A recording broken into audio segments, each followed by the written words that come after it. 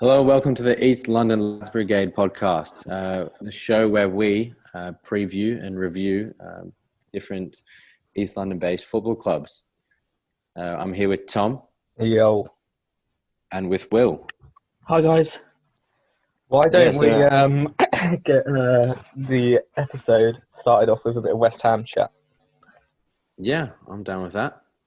Okay, well, let's go. You're our West Ham correspondent, Jay. How have they been doing? Yeah, so West Ham have actually been doing quite well this season, sixth place. And, they were fighting relegation last season, so there's definitely a big step up since, Moyes has come in. He's really changed the team. What do you think the key is to that success? Is it Moyes? I think you have to say it is. I mean, last year, obviously, they were fighting relegation with Pellegrini. And then since Moyes has come in, he's really, tightened the ship, sorted out the defense. And, their key man, Antonio, has been banging. He's been good, hasn't he? So he's made a difference in shape to the system as well. They're going five at the back these days. Do you reckon that helps with their change in form? Yeah, I think that definitely does. That definitely does help. I don't know if you actually noticed last week, though. They actually changed the shape to a 4-4-1-1 because one of their players had to go out for knee surgery just before the game. And so they switched it up and they were still able to get the win. And that was even without Antonio. So that's pretty impressive. Yeah, Aaron Cresswell's been good, hasn't he, from the back? Yeah, he's been racking up assists lately. I think he got his fifth on the weekend. So They've been a playing in lovely centre back cross. recently as well, aren't they? Yeah, so I mean he's adapted well to the position change, and yeah, I mean there's so many players that you could say have been good. Like Masuaku has been in good form, Balbuena has been in great form, and they've recently just in the last game unleashed Benrahma, their new signing. I'm not sure what I think about Benrahma. Well, I was chatting with a good mate of mine, Rashane Thomas. He works at The Athletic. Oh yeah, And he said he loves Benrahma and that loves that he played and sees a lot of likeness with him and Dimitri. Yeah. And, Wow, that's high praise. Yeah, I was thinking that as well. And but he knows his stuff. So I think I'm just yeah, sorry he I'll didn't come take to his word Crystal for it. Palace. What do we That's think pretty fair about enough. Seb Haller's form? Do we think that's a bit of a worry, or do we just think we give him? I'm not too sure. So you boys know I'm a big Eintracht Frankfurt fan. That's where my German family comes from, and so he was absolutely brilliant for us when he was still playing in Germany. And ever since the moves, he's just not looked like himself. I don't know whether that's the system or whether that's the people serving him, but yeah, How he did he just play can't in seem to find Germany? his feet. Was he a target man? Yeah, you could say he was, but then he'd also be able to just release the ball, roll off the defender. He'd get to every cross kind of thing. He just really knew how to dominate the 18-yard box. He was playing in a front two as well, wasn't he? With was it Jovic at the time? Yeah, And he's exactly. playing more by himself now, isn't he? Yeah, those two were unreal together up front. I mean, Jovic obviously Was moved on. Kostic there at the time as well? I guess that helped. Yeah. I mean, that whole Frankfurt team from that season got picked apart, unfortunately. But yeah, I mean, that's what happens when you just have such quality and class and such a good team. What who have West Ham got then coming up into Christmas? Yeah, they've actually got quite a busy Christmas period. Not too easy. So at first they're playing Crystal Palace, which, as we know, they can set up shop quite well. I mean, they just shut out the team that's in first place, Tottenham Hotspur, managed to bring them back to only scoring one goal. I think I can see Palace winning that 5-6-0, to be honest. Right, yeah. The thing is with Palace, they've had some high-scoring games, where they like scoring 5 goals, like Zaha doing his bits, but then they've also just bottled it to absolute nobody. So yeah, we'll have to see how that keeps up. Looking further down the fixture line, you've got Chelsea, which is obviously not an easy game. Brighton, some would say walk in the park, but if you actually look at what Graham Potter's doing, I think he's actually playing quite beautiful and nice football. I think he's been quite unlucky with some of the results he's gotten. They're really unlucky. I think Liverpool is one of those, isn't it? Yeah, Uh, they've picked up points against decent teams, Brighton. yeah, they've picked up some decent. I think against United they deserved a lot more. Oh yeah, United. Early They on hit the in the post, season. didn't I think they? A lot. Trossard hit the post 3 times. He could have been on a hat trick, but if all his shots were slightly in the other direction. Then they've got Southampton, who are playing outstandingly well under They're doing Hasenhüttl. very well this year. Yeah, Yeah, dark horses. Yeah, definitely. I mean, they've got monsters at the back like Vestergaard, who could shut down people like Haller and stuff like that, who work on using their height.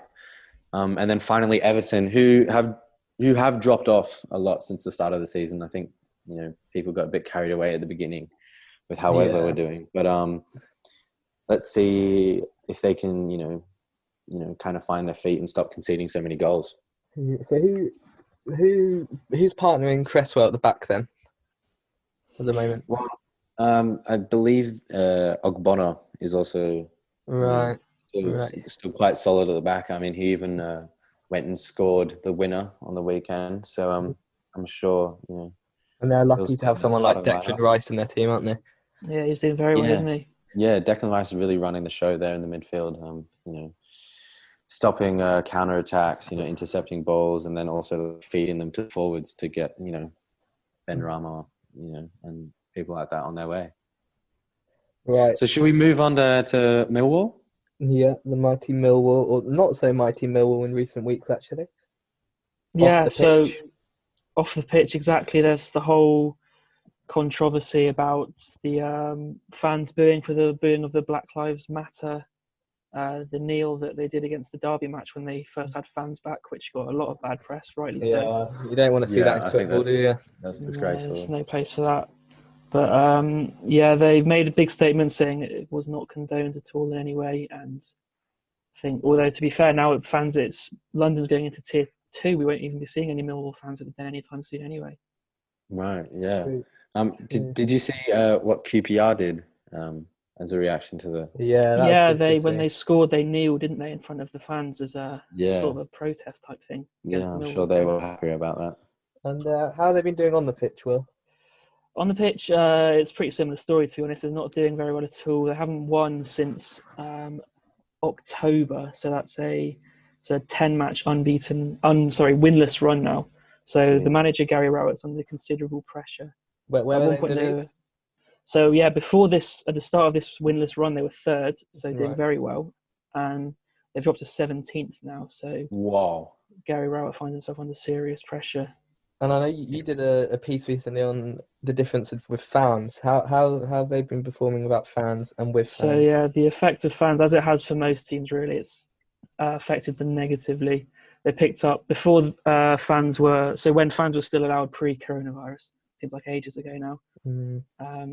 They were doing a lot better, climbing up the table, and since lockdown, they were in a good, decent position to run for the playoffs last season.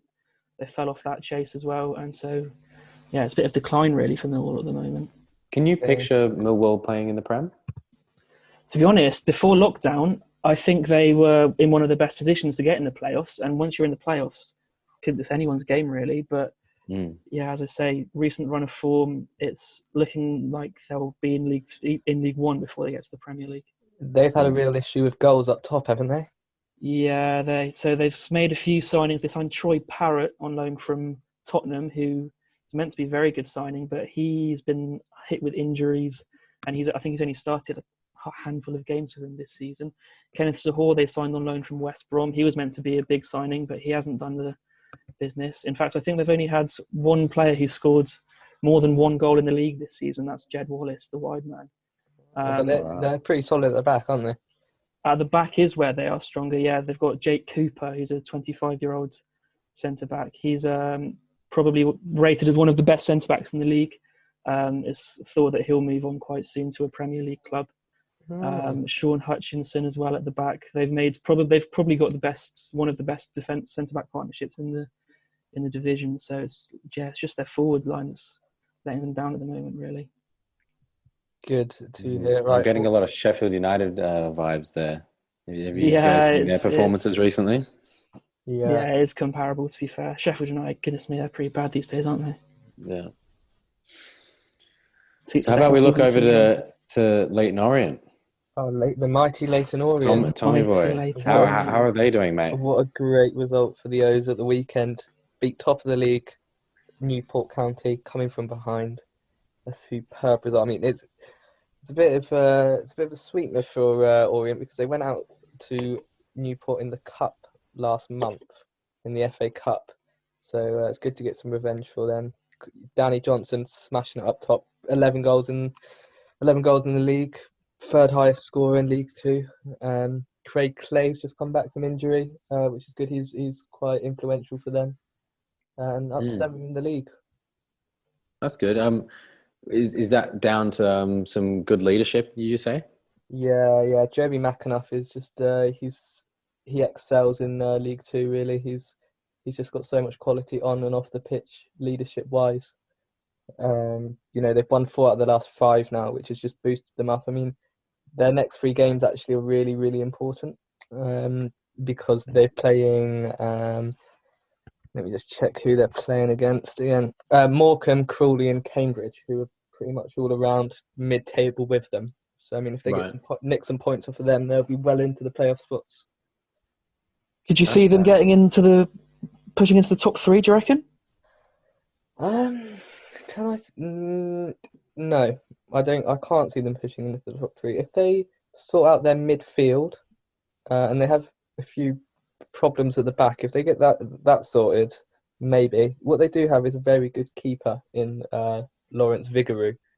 He knows how to keep a clean sheet. I'll tell you that for free. Obviously, they're going to be hit by London being tier 2 as well. Do you reckon that will affect them negatively as well as Millwall? Yeah, I mean, the atmosphere at Brisbane Road is electric at times. So I'm sure manager Ross Embleton will be gutted to not have the fans back in. But I mean, that's just what they're going to have to adapt to now, as both of your teams as well. Yeah, you certainly made a strong point there. I think all teams in London are definitely going to suffer. From not having the fans about. But I guess we'll have to see what happens after the Christmas period. Yeah, who knows what's going to happen? Yeah, well, I'd say that sums it up for the East London Lads Brigade. I think we've rounded up London football quite well, lads. Mm-hmm. Yeah, good job, guys. Yeah, all right. Well, thanks for listening, and remember to use the hashtag East London Lads Brigade on Twitter to give us feedback and let us know what we missed out on.